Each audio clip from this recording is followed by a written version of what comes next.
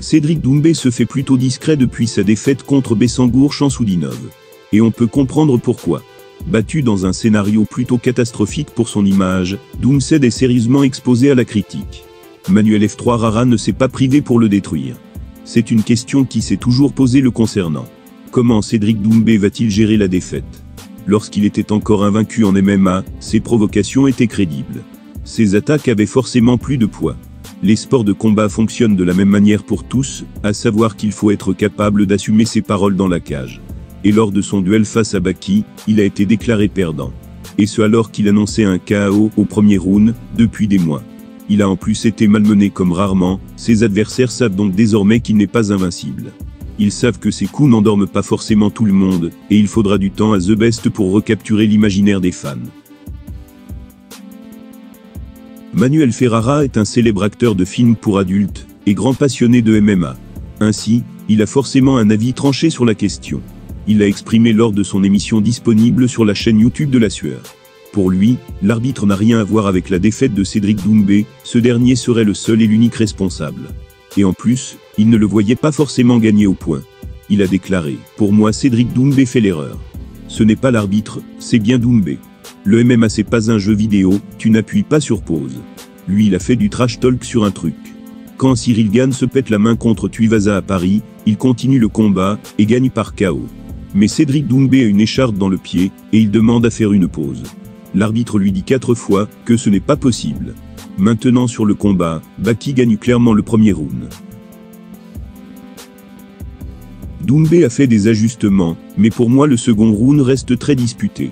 Et d'ailleurs je trouve que Baki a exposé la lutte de Doumbé. Il amenait au sol sur des techniques très simples, comme une saisie de cheville, ou un single leg. Bref, dans le deuxième round pour moi, Doumbé ne fait rien de plus impressionnant que Baki. Pour Manuel Ferrara, Cédric Doumbé n'a pas le droit de se moquer de Cyril à chaque combat, alors que celui-ci a déjà mis un KO avec la main cassée. Surtout si c'est pour abandonner par la suite à cause d'une écharde. La douleur pouvait être forte, la gêne perceptible à chaque appui, les deux épreuves restent incomparables. Et même sans ça, l'acteur n'est pas persuadé que Doumsed se serait imposé au point. Le combat entre Cédric Doumbé et Baki fait encore parler, plusieurs jours après ce dénouement décevant. Pour Manuel Ferrara, Cédric Doumbé a simplement été ramené à la réalité. Et selon lui, l'arbitre n'a rien à voir là-dedans.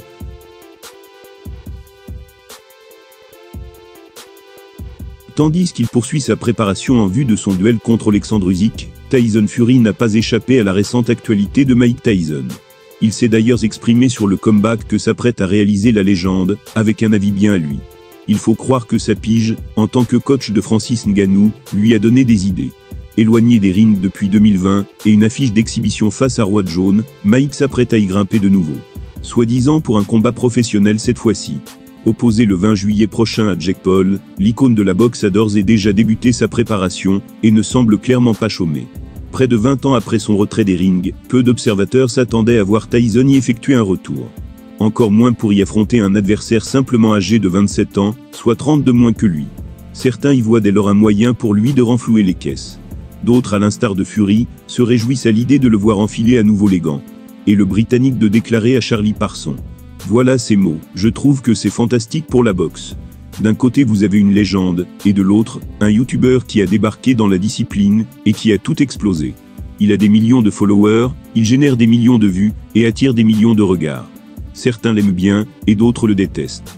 Mais il assure le spectacle, et attire pas mal de monde dans le milieu. Qui suis-je, pour dire que Mike Tyson ou Jake Paul ne devraient pas boxer? Je leur souhaite plutôt bonne chance. Ils vont se faire un sacré paquet d'argent tous les deux, et c'est la seule chose qui compte. Ça va être fantastique pour eux, je ne vois pas ce qu'on pourrait ne pas aimer. Certains émettraient alors leurs craintes concernant la santé de Mike, qui pourrait se retrouver en péril en cas de KO à son âge. Le Gypsy King, quant à lui, n'émet cependant aucune inquiétude à ce sujet.